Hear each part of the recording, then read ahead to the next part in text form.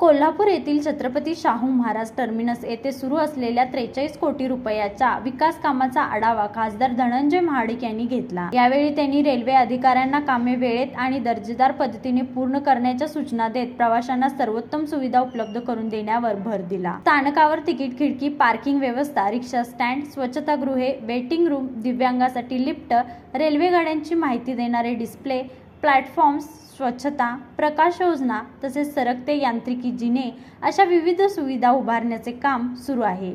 या सर्व कामाची गुणवत्ता आणि वेळेत पूर्तता सुनिश्चित करण्याचे निर्देश खासदार महाडिक यांनी दिले। छत्रपती शाहू महाराज टर्मिनसला 135 वर्षाचा ऐतिहासिक वारसा लाभला असून या स्थानकाच्या आधुनिकीकरणासाठी खासदार महाडिक यांच्या पाठपुराव्यामुळे 43 कोटी रुपयांचा निधी मंजूर झाला आहे। गेल्या 1.5 वर्षापासून या निधीतून विविध विकास कामे सुरू आहेत।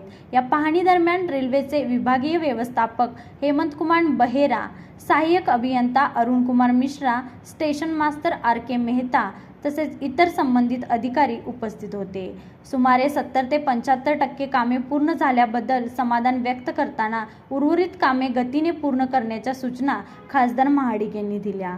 तसेच स्थानिक परिसरात स्वच्छता राखणे, अतिक्रमण होऊ न देणे आणि बेशिस्त रिक्षा चालकावर कारवाई करण्याबाबतही त्यांनी रेल्वे प्रशासन आणि पोलिसांना निर्देश दिले। एकूणच कोल्हापूर रेल्वे स्थानकाला अत्याधुनिक व प्रवासी केंद्रित सुविधा देऊन ते आदर्श स्थानक बनवण्याचा प्रयत्न सुरू असल्याचे यावेळी स्पष्ट झाले।